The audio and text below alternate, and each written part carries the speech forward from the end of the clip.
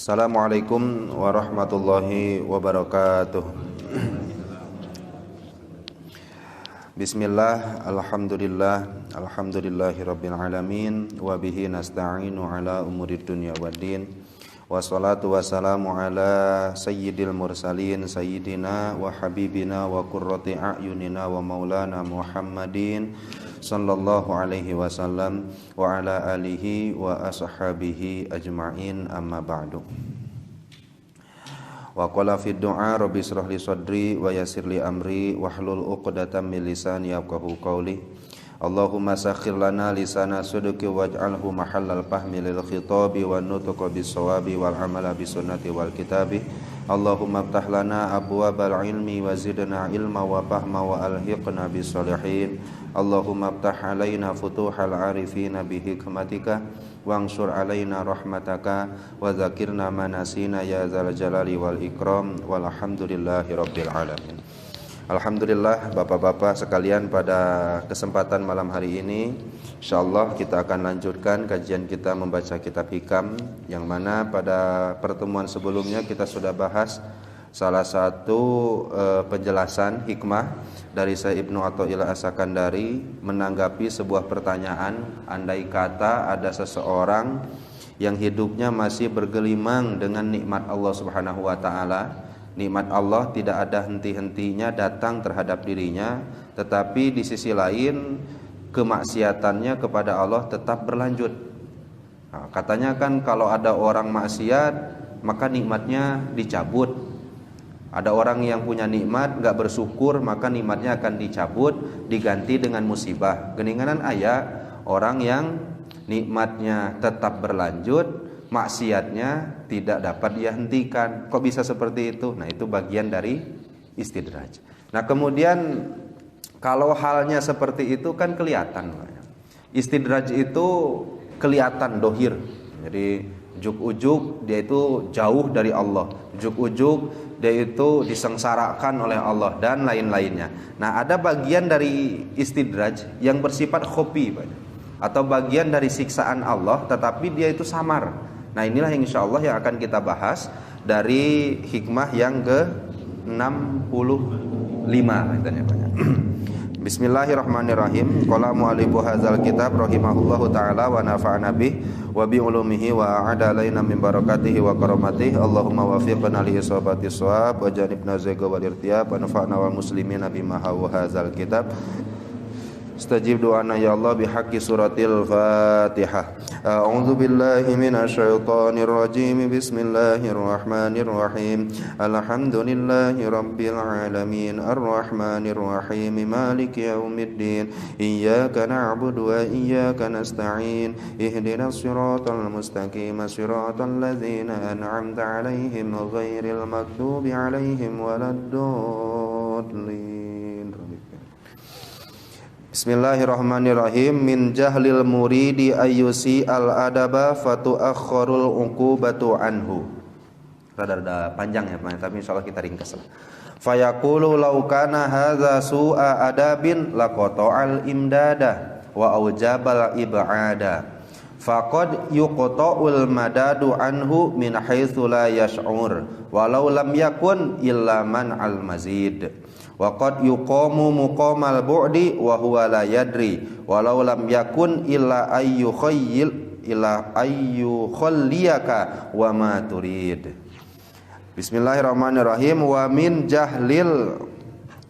jahlil muridi, sebahagian dari kebodohan seorang murid, yang menunjukkan seorang murid itu punten Pak jahil, adalah ayyusi al adab, dia selalu su'ul adab.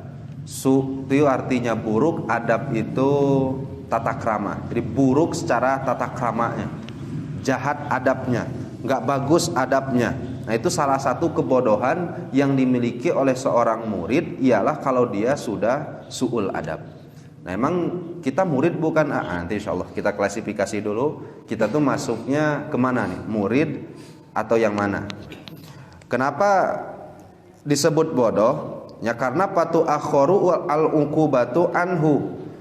Ketika dia su'ul adab, maka nanti akibat dari su'ul adab itu, siksaan dari su'ul adab itu diakhirkan oleh Allah.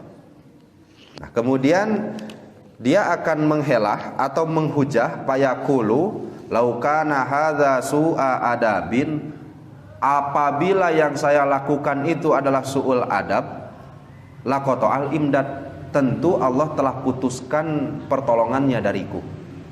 Wa aujabal ibad, dan tentu Allah telah memasukkanku, menempatkanku di golongan orang-orang yang jauh darinya.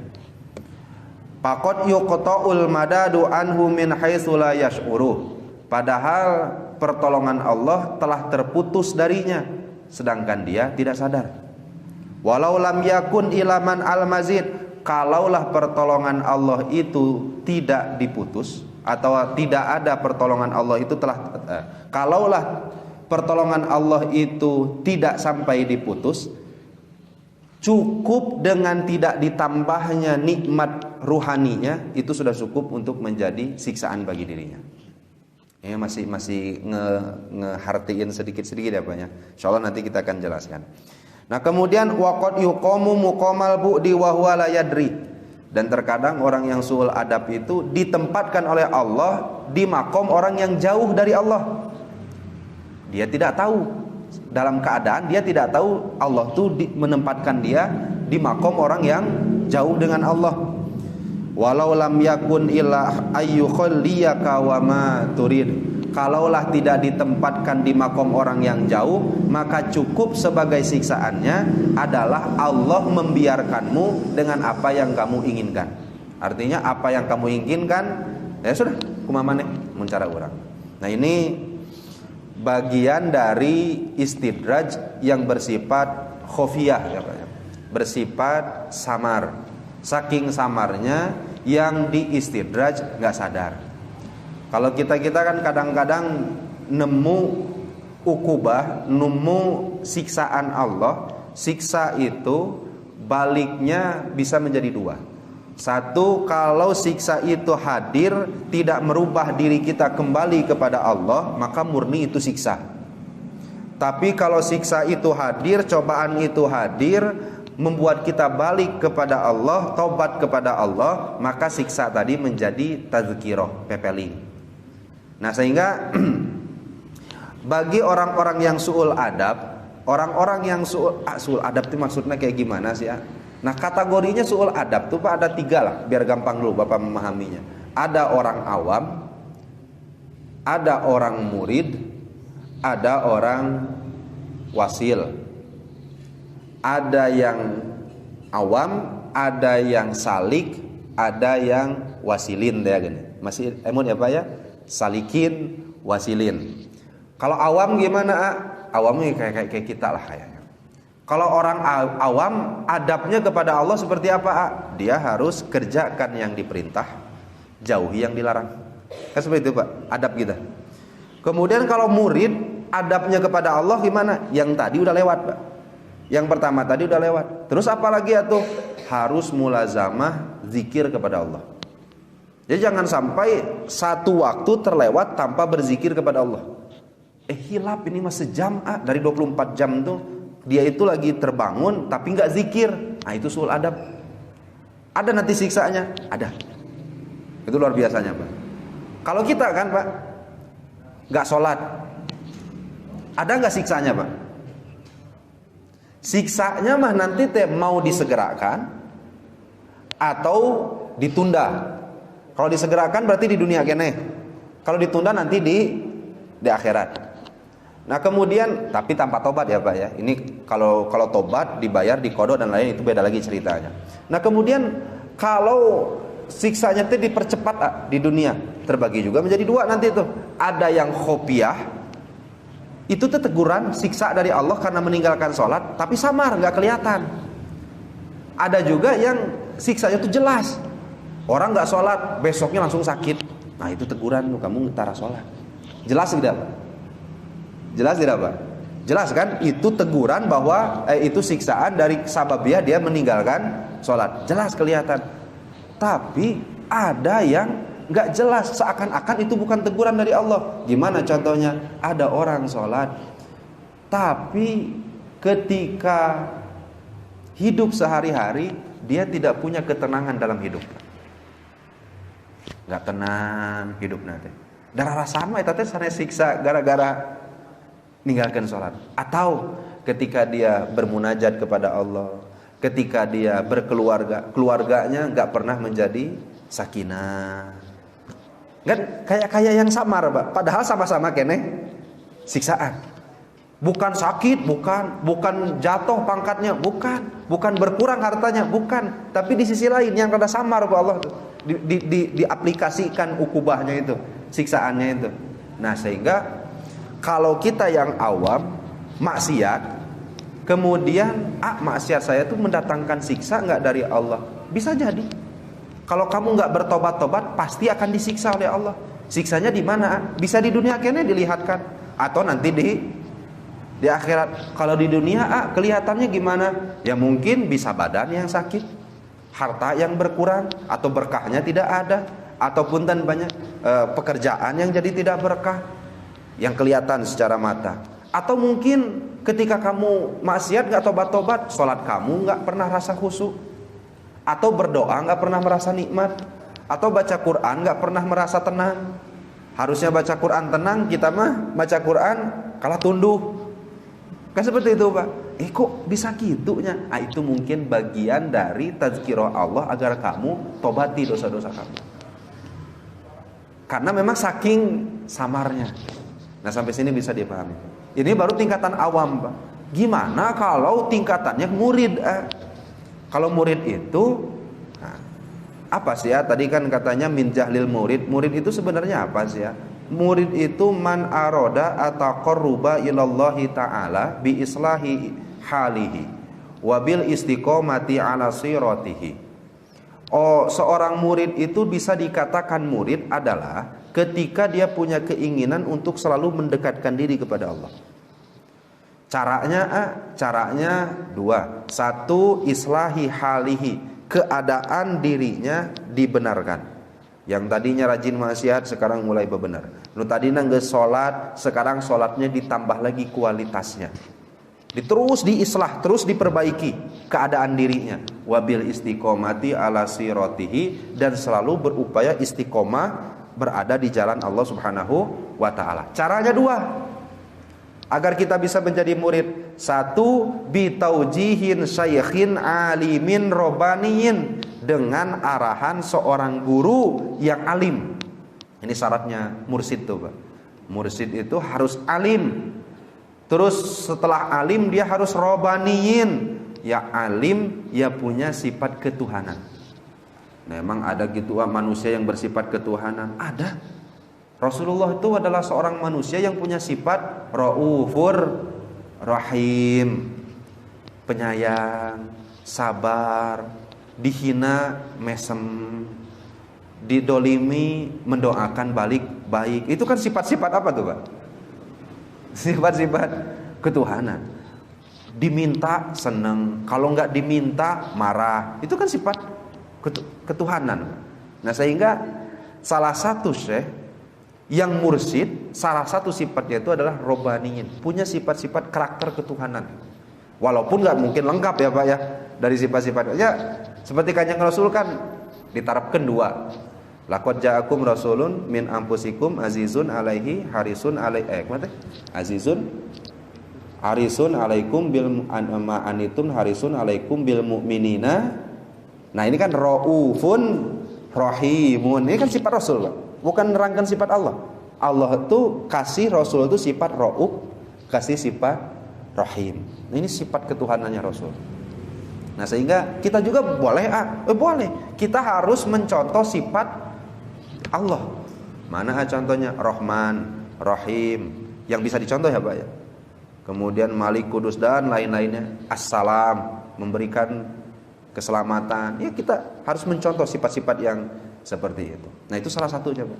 Jadi murid itu ada yang mendekat dengan Allah dengan arahan seorang guru. Nah, ini namanya mursyid. Nanti mursyid pun ada dua Pak. Ada mursyid kamil, ada mursyid goer kamil. Apa mursyid kamil? Mursyidnya itu sempurna. Artinya sempurna, datang ke dia itu belum tahu, belum ngobrol, belum apa, kamu salahnya di nafsunya ini, yang kamu harus lakukan ini dawamnya ini, caranya seperti ini, sok kerjakan. Itu mursyidnya kamil. Dia sudah tahu apa yang menjadi masalah di dalam ruhani kita. Ada yang kayak gitu? Ada. Cari jangan dulu dicari, persiapkan dulu diri kita untuk bertemu yang seperti itu. Ya, mursyid yang kamil itu insya Allah datang sendiri, asal kitanya sudah persiapan. Nah, mursyid kamil itu tinggal nuduhkan, oh iya ya, kamu tuh kenapa mentok terhijab aja nggak maripat kepada Allah? Itu sababiahnya kamu punya sifat kikir. Ini kikir ini hilangkan dari hati kamu. Cara ngilangkan anak, iya latihan anak. Dawam istiqomah. Nah ini zikirannya. Sok dawam gen. Ini dawam. Itu. Nah kalau sudah bertemu dengan orang yang seperti ini, itu namanya mursyid kamil. Nah ke mursyid kamil, nanti kalau bapak lihat santri banyak, ku guru ada orang yang dauh gini, zambul ustadi zambun lau taubatalah. Berdosa kepada guru itu tuh dosa yang nggak ada tobatnya. Guru kayak gini maksudnya guru kayak di sekolah maksudnya bukan. Yang dimaksud oleh ulama itu guru seorang murid ke mursyidnya. Karena kalau murid sudah dibimbing oleh mursyid, kata dohir dia ini teh bener, ini teh salah, tapi dipiwarang oleh mursyidnya, nggak boleh ngelak. Iya teh bener, gitu mursyidnya dah teh sul adab. Kalau sudah sul adab, hilang terhijab dari ma'rifat. Susah Pak. Nah sehingga banyaklah adab-adab. Misalnya kalau diterangkan dari kitabnya itu, kalau kita ketemu dengan mursyid kamil, ya seperti sahabat. Dengan Rasulullah berani membantah? Enggak. Walaupun cek pikiran sahabat mah, Rasul dah asate, pantasna. Harus seperti itu. Ada mursyid yang ghair kamil. Kalau mursyid ghair kamil kayak gimana? Seseorang menjadi guru mursyid menunjukkan orang lain karena dia pernah menjadi guru dari mursyid yang lain. Jadi dia punya metodenya. Nah sampai sini bisa dipahami. Nah kalau kita ada di bawah bimbingan orang-orang yang seperti ini namanya apa? Murid. Nah murid ini punya kesalahan yang kalau di pangkat awam itu kayak maksiat. Sekali lagi apa ya? Murid ini punya kesalahan kalau yang di pangkat awam itu laksana maksiat, yaitu ketika dia su'ul adab. Su'ul adabnya ke siapa? Ketiga. Satu ke Allah dan Rasulnya. Yang kedua kepada gurunya, mursyidnya. Yang ketiga kepada dulur-dulurnya, ikhwannya. Ada orang jadi murid di bawah bimbingan seorang mursyid. Kira-kira kemantapan hatinya untuk menjadi soleh bertambah tidak Pak? Atau stigma dia bahwa atau cap dia terhadap dirinya sendiri bahwa saya ini soleh bertambah tidak Pak? Keluarlah dia bertemu dengan saudara-saudara muslimin yang lainnya. Saya dengan ini soleh saya, sul adab, tobat. Nggak boleh, murid nggak boleh kayak gitu. Kemudian apalagi mencap neraka, udah, nggak ada yang kayak gitu. Nah sehingga murid itu banyak adab-adabannya. Itu terhadap. Nah insya Allah nanti kita akan baca sedikit-sedikit ya Pak. Gimana adabnya kepada Allah, kepada Rasul. Gimana adabnya kepada gurunya. Gimana adabnya kepada saudaranya. Makanya kenapa Sayyidina Abu Bakar ketika Rasulullah piwarang untuk sholat di mihrabnya, Sayyidina Abu Bakar nggak pernah mau sholat di sana. Kan itu maksud ya Pak ceritanya. Ternyata wamin ada bil muridi li saykhihi, salah satu adabnya seorang murid kepada gurunya itu wala yajlisu fi majlisihi, jangan duduk di tempat duduknya. Nggak boleh. Itu kalau mursyidnya duduk di sana, itu su'ul adab kalau muridnya di sana. Dan itu pernah dilakukan oleh Abu Bakar. Kanjeng Rasul nuju sakit, terus piwarang Abu Bakar na tepat. pimpin. Mihrab Kanjeng Rasul di sana, Abu Bakar mundur. Dipiwar, sekali maju. Kata Abu Bakar, enggak layak seorang Abu Bakar menempati posisi makhluk paling mulia di muka bumi. Pun sama ketika khutbah Rasul kan mimbarnya 3 tangga ya Pak ya. Sayyidina Abu Bakar enggak pernah berada di tangga yang ketiga. Kenapa? Karena beliau tidak pernah menempati posisi khutbahnya Rasulullah, pasti di tangga kedua. Sayyidina Umar enggak pernah di tangga kedua dan ketiga. Kenapa? Karena beliau enggak berani menempati posisi Abu Bakar dan Rasulullah. Mun ayeuna digalai ayeuna. Nah, sulitnya banyak jadi seorang murid kalau makomnya sudah tinggi. Nah, sehingga Bapak jangan punya anggapan enaknya kayaknya jadi orang-orang yang arifnya. Enaknya jadinya kayak kalau dekat-dekat dengan seperti jadi orang-orang yang dekat dengan Allah. Susah, Pak. Satu, caranya susah. Dua, menjaga kita agar tetap dekat dengan Allahnya pun susah. Kenapa? Karena banyak adabnya. Saya pernah sampaikan bahwa Kanjeng Nabi Yusuf itu pada permulaannya hanya akan dipenjarakan oleh Allah hitungan 5 tahun 7 tahun. Itu dalam kisahnya, Pak. Hanya 5 tahun 7 tahun karena dipitnah ya Pak ya. Dipitnah oleh menterinya, suaminya Zulaikha, karena supaya Zulaikha tadi nggak ketahuan aibnya, ya sudah kurung saja Yusufnya. Nah, di penjara Kanjeng Nabi Yusuf itu minta pertolongan, ada prajurit 2 dari kerajaan yang dipenjarakan ya Pak ya. Itu kan di akhir kisahnya setelah mentakwil mimpi kan ngomong gini, kasih tahu ke raja bahwa di penjara ada seorang hamba, seorang tahanan yang ditahan secara dolim.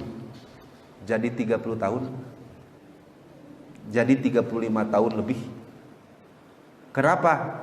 Karena kata Allah, kamu itu sudah punya rajanya raja, masih ngeluh ke raja dunia. Disiksanya gitu. Siapa kau?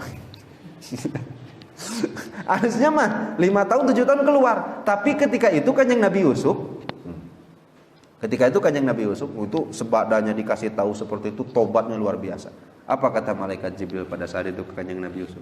Andaikan saja kamu tidak tobat dari dosa ini, itu dosa nggak? Kalau kita nih awam nih, awam. Dosa nggak? Boro-boro orangnya. Kata malaikat Jibril, andaikan kamu tidak bertobat dari kesalahan ini, Allah akan copot pangkat kenabian, copot pangkat kerasulan. Tapi pada akhirnya Kanjeng Nabi Yusuf tobat. Pada akhirnya, mangga, kemudian gitu mas, saya mau dipenjara seberat tahun, silahkan, mangga, tawakal Allah. Nah, itu adab-adab yang harus dijaga. Nah, akhirnya kalau kita sambungkan dengan hikmah ini, Pak.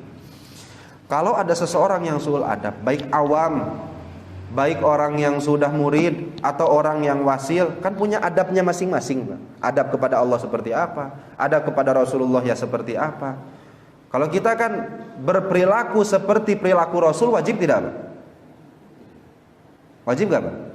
Bapak minum 3 tegukan itu wajib nggak? Minum sekali, beres. Minum lagi, simpan. Kayak haus deui, minum. Kan Rasul sunatnya kayak gitu. Terus kalau Bapak makan 3 ramok, 3 kan ramok kayak gini, wajib sunat. Lamun teu lakukan itu dosa enggak? Nah, murid mah tobat. Tobat. Karena kamu enggak beradab kepada Rasulullah. Rasulullah ajarkan itu, kenapa kamu enggak takhalluk bi akhlaki Rasulillah, enggak berakhlak seperti akhlaknya Rasulullah. Nah, sampai ke seperti itu, Pak, adabnya orang yang murid. Apalagi kalau orang yang wasilin. Yang muridnya aja kan luar biasa nih, Pak. Apalagi yang wasilin. Tentu kan kita awam, adabnya kepada Allah ya.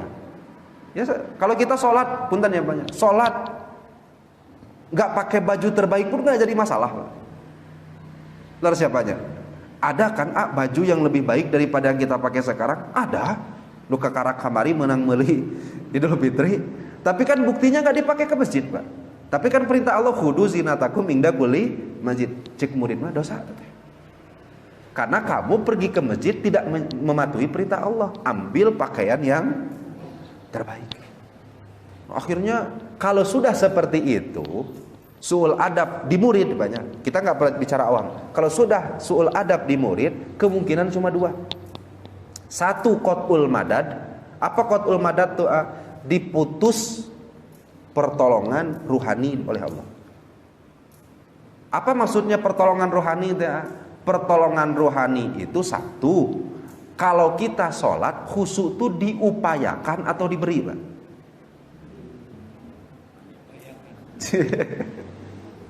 Khusyuk nih, itu diupayakan atau diberi? Berbarengan ayat upaya terus diberi ke Allah. Intinya pasti diberi ke Allah. Tetapi pasti ada upaya terlebih dahulu. Nah, kalau orang yang sudah su'ul adab nggak mau tobat, diputus pertolongan untuk bisa khusyuknya. Tapi gening saya alhamdulillah tetap masih khusyuk. Kalau nggak diputus, nggak ditambah, di stuck segitu khusyuknya. Bisa dipahami? Kenapa ya katanya innamal mu'minuna idza dzukirallah wajilat qulubuhum wa idza tuliyat ayatuhu zadathum imanan. Nah, hanya saya baca Quran teu nambah-nambah iman. Karena nambah iman tuh madad dari Allah, pertolongan dari Allah. Nah, kalau kamu su'ul adab dan belum taubat, maka madad itu diputus oleh Allah. Kalau nggak diputus, berarti nanti nggak akan ditambah oleh Allah. Nah, sampai sini bisa dipahami. Kemungkinan yang pertama. Kemungkinan yang kedua, si murid tadi ditorod oleh Allah. Apa tuh torod? Torod itu ditolak oleh Allah, dijauhkan oleh Allah, dibiarkan oleh Allah. Ya sudah, namun gitu menjauh. Akhirnya dia makomnya menjadi orang yang seperti awal deh. Kita nih, ini kan kita menuju ke Allah, takarub. Nah, sudah sampai sini. Di sini su'ul adab, kemudian nggak mau bertobat, tidak mau menyalahkan diri sendiri, ditorot oleh Allah, balik dia ke dia. Yang mana? Oh, mending. Nah, yang ini dua-duanya ini khofiyah, samar, semuanya Pak jenisnya. Kalau mungkin di kitab ada yang kena, ada. Termasuk salah satunya mungkin siksaan dari semua dosa yang pernah kita lakukan tuh salbul lazah, dicabut kenikmatan ketika ibadah. Tepati resep karena ibadah dah karasana susah ibadah. Belum juga merasakan halawatal ibadah. Katanya ibadah itu manis, tapi kok sampai sekarang masih berat, masih pahit dan lain-lain. Yuk introspeksi. Mungkin ada kesu'ul adaban kita kepada Allah yang lupa kita tobati. Itu mungkin apa? Kenapa ya susah pisan saya ngelawan sikap ujub saya, sifat takabur saya, sifat anu saya. Kenapa kok susah pisan? Karena di madatnya sudah dihentikan oleh Allah, nggak ditolong oleh Allah, nggak diberi taufik oleh Allah. Kenapa nggak diberi taufik oleh Allah? Kamu lupa pernah su'ul adab kepada Allah, tapi kamu lupa bertobat. Ya, kita ngobrolkan su'ul adab kita lah Pak. Yang model-model kayak kita ini kan su'ul adab kepada Allah maksiat.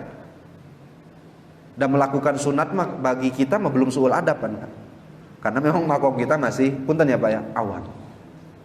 Ya, su'ul adab kita apa? Su'ul adab kita maksiat kepada Allah. Kalau enggak maksiat kepada Allah, meninggalkan yang diwajibkan oleh, ya itu su'ul adab kita.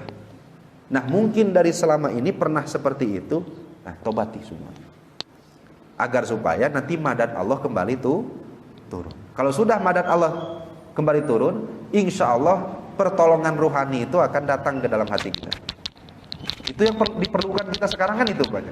Pertolongan ruhani yang diberikan oleh Allah Subhanahu wa taala. Istiqomah bisa, saya enggak akan bisa. Karena keistiqomahan itu anugerah ruhani yang diberikan oleh Allah. Koknya bisanya batur mah meni istiqomah eta ibadah teh, tahajud teh, hudang teh penting bae. Hudang istiqomah melakukan karena dimadad oleh Allah. Karena ditaufik oleh Allah. Emang ciri-ciri taufik ada berapa? 3. Mudah-mudahan ini ada di kita. Kalau nggak ada, berarti sih sudah tobat. Ini ciri taufik kan.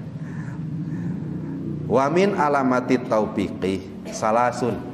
Ciri taufik itu ya kita itu diberikan pertolongan oleh Allah secara ruhani, secara jasad diberikan pertolongan oleh Allah.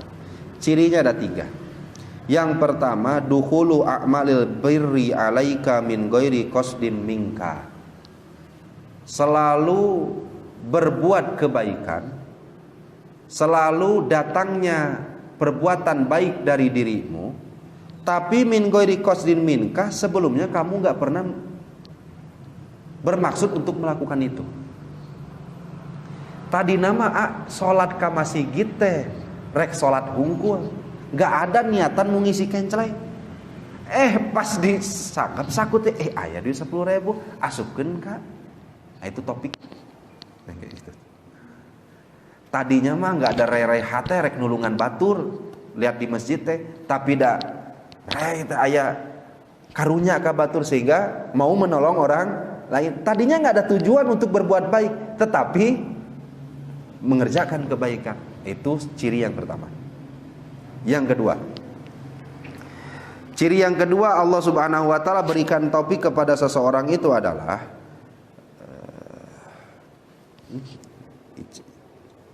wasorful ma'asi angka ma'asai fiha.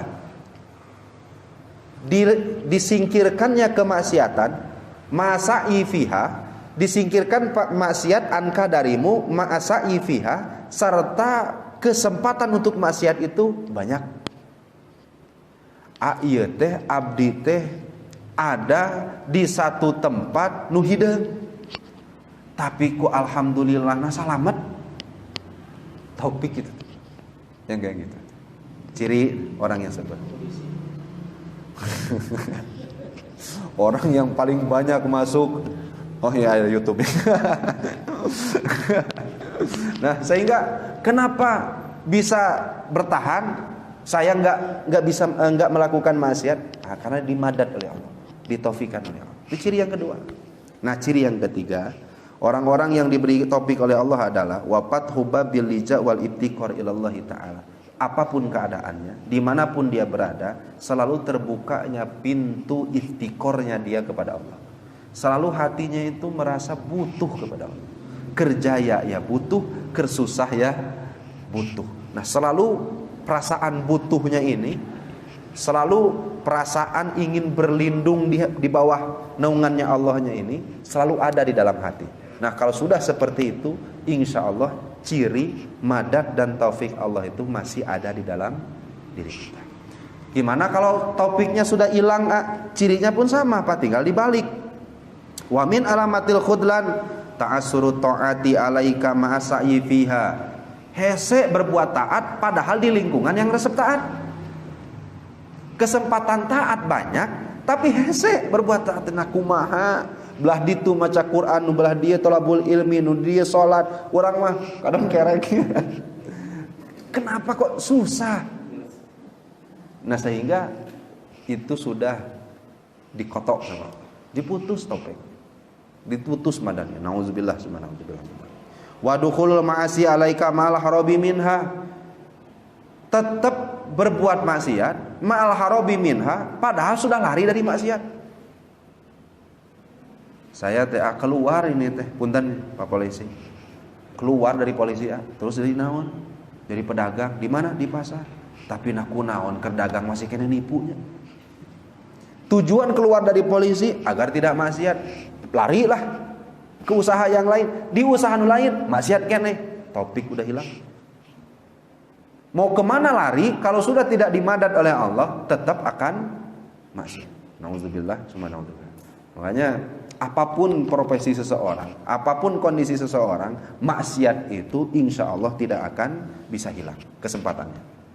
Karena penggampang-gampang nama maksiat ya maksiat. Gampang-gampangnya sesuatu ya paling gampang itu ya maksiat. Mana gampang masuk Islam dengan keluar Islam? Mana gampang, Pak? Masuk Islam cukup syahadat. Laras banyak. Kalau nggak diucapkan syahadat masuk Islam nggak, Pak? Hatinya mah yakin tapi diucapkan tidak. Masuk Islam nggak, Pak? Wah. Terus kalau keluar Islam gimana? Nggak berucap, nggak usah berperilaku, cukup cicing we, mang we Allah aya, cukup. Allah teh aya, tanya itu. Udah keluar. Babarian mana? Itu mah mau punten, mau polisi, maunya mau ustad, nya mau dosennya mau naon, itu malah mun geus mang semuanya keluar. Artinya apa? Artinya maksiat itu di segala keadaan, kondisi gampang dilakukan. Nauzubillah subhanahu.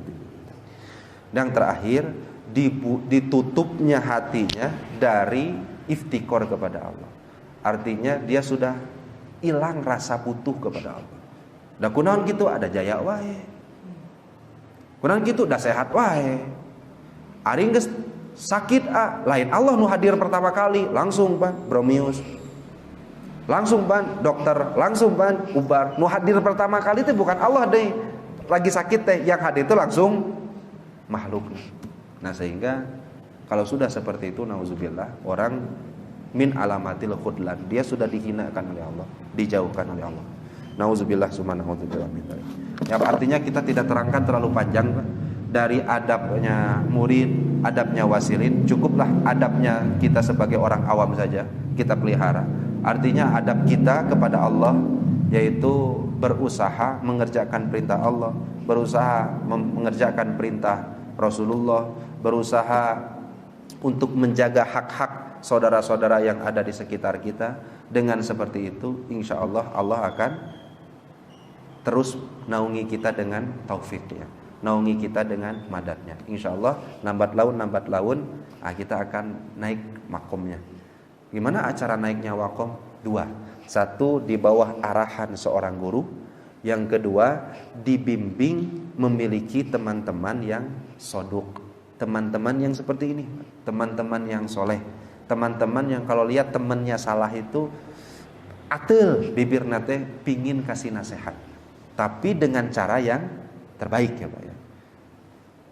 Menegur teman itu kalau dia salah kita tegur nasihatan, kita itu seakan-akan pangkatnya menjadi mursyid.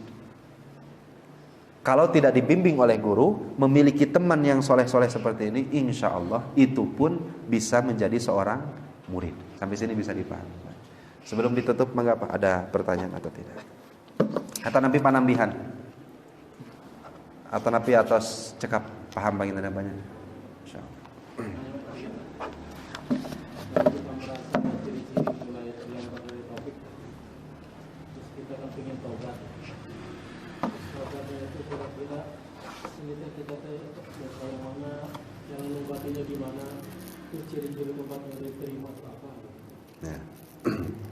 Nah, memang pertama kali Syekh Abdul Wahab Asy'arani dalam kitabnya Minah Husaniyah, pembahasan yang pertama yang diberikan oleh beliau itu adalah bab tobat. Karena seseorang gak akan mungkin naik makomnya di sisi Allah. Itu kan bahasa tasawufnya Pak. Atau kalau bahasa syariat sehari-hari kita ya, seseorang itu gak akan mungkin menjadi dekat dengan Allah kalau dia tidak dimulai dengan bertobat. Kemudian tobat itu mulainya dari yang mana? Pertama, dosa besar. Itu dosa besar semuanya seingat kita. Nanti ketika ijabnya itu kepada Allah, ya Allah saya ampuni dosa-dosa besar saya. Itu kalau bisa ya satu-satu. Pernah punten dosa besar, contohnya ini mah contoh saja ya Pak. Pernah minum minuman haram, khamar, tobati.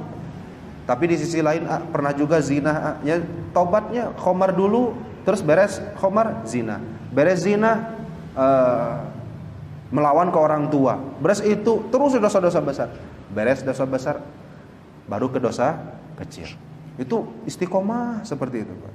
Tapi kan ada juga dosa-dosa yang sudah lupa, Saking banyaknya dosa, bika dosa teh baheula teh naon wae salahna teh. Ya kita ijabkan ya Allah. Setiap dosa yang saya lakukan ampuni, yang mau ingat ataupun yang tidak ingat saya. Kita ijabkan aja seperti itu. Dan Allah tahu keadaan diri kita yang memang butuh akan pertolongan Allah, dan pertolongan Allah itu tidak akan muncul kalau kita tidak meminta maaf. Dan salah satu kelemahan kita sebagai manusia, salahnya kita kepada Allah, lupa. Kan seperti itu Pak, realitanya kan memang seperti itu. Orang butuh topik butuh tobat butuh ingat.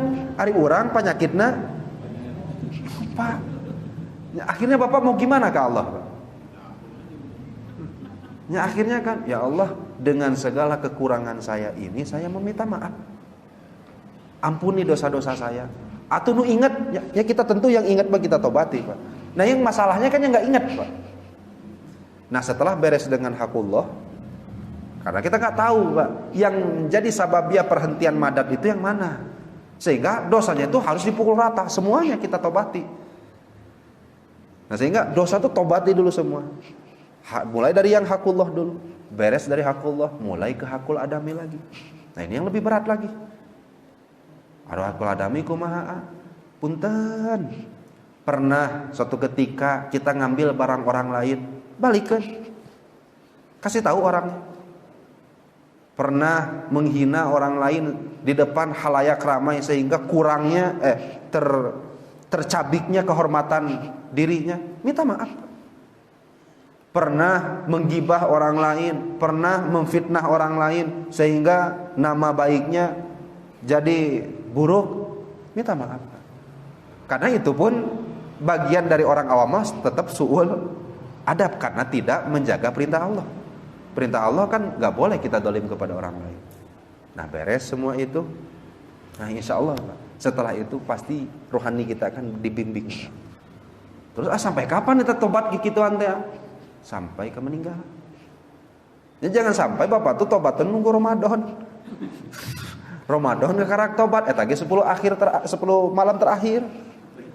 Bari ceri. Nah sehingga tobat itu biar gampang, Pak. Bapak tuh tobat sebenarnya cuma istighfarnya aja yang paling inti, Pak. Istighfarnya. Bapak mau pakai yang Sayyidul Istighfar silahkan. Yang Allahumma anta rabbi la ilaha illa anta ila akhirih ya, Pak ya. Atau Bapak mau pakai yang biasa-biasa aja yang astagfirullahaladzim, astagfirullahaladzim, silahkan. Tapi ayat kan katanya tobat itu harus mandi dulu. Mandi itu sunnah supaya Bapak tertunduh, supaya Bapak bersih. Karena kalau bersih dalam ibadah biasanya sok semangat. Terus sholat dulu. Sholat itu hanya dijadikan sebagai bahan tawasul agar tobat kita ini diterima oleh Allah. Karena itu istighfar, ya Allah, istighfar saya ini terima dengan sababiah sholat saya tadi. Boleh kan kita tawasul dengan amal soleh, Pak? Boleh kan ya banyak? Karena hadisnya kalau disampaikan di sini nanti panjang lagi. Nah sehingga mandi dulu, beres mandi, nyante mandi wios sok silahkan. Kemudian sholat dulu sholat. Nah beres sholat baru istighfar. Berapa banyak istighfarnya sampai bergetar hati kita mengakui kesalahan. Bergetar gimana maksudnya teh? Satu, nalangsa. Apa nalangsa bahasa Indonesia? Menyesal. Setelah menyesal, i'tikad dalam hati, ya Allah, moal rek balik deui. Sekuat tenaga. I'tikad dalam hati, ya Allah, enggak akan saya ulangi. Ari kukumahan oge. Isuk nanti diajak, hayu. Kumaha lamun kitu tobat deui. Bisa dipahami banyak. Ini kan kita enggak tahu ke depannya. Yang penting sekarang. Sekarang ya Allah pokoknya ayeuna saya udah i'tikad enggak akan balik deui. Besok teh diajak, hayu. Tobat yang tadi diterima atau tidak, Pak? Nah, salah satu ciri tobat itu diterima kalau lambat laun dia bisa menghindar dari perbuatan maksiatnya. Tapi bahagialah Bapak kalau Bapak sudah ada kretek dina hati ingin bertobat. Karena Bapak kalau sudah ada keinginan untuk bertobat, Allah tuh sudah persiapkan ampunan. Yang paling cilaka ada orang banyak maksiat, jangankan tobatnya, keinginan untuk tobatnya nggak ada. Itu yang cilaka kan banyak. Ayo orang alhamdulillah bumbu-bumbu nama ada, maksiatnya banyak ya alhamdulillah nih. Ya sudah punya bahan jeung tobateunana. Kan gitu banyak. Bersyukur kita punya dosa teh. Kenapa? Karena ada bahan jeung tobat. Nah, kemudian sudah ada keinginan untuk itu teh ciri. Kalau ada keinginan untuk bertobat dan lisan sudah mau beristighfar, itu teh ciri Allah mau menerima tobat. Ciri yang paling paten apa? Kedepannya dia akan lambat laun menghindarkan diri dari perbuatan dosa. Sampai sini bisa dipahami. Yang kayak gitu dulu ya Pak ya.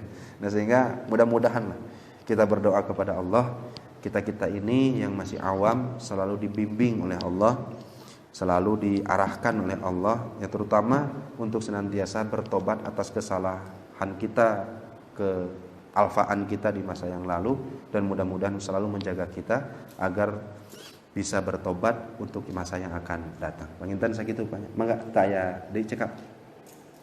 Cekap pengintannya. Pamit cekap ditutup dengan doa.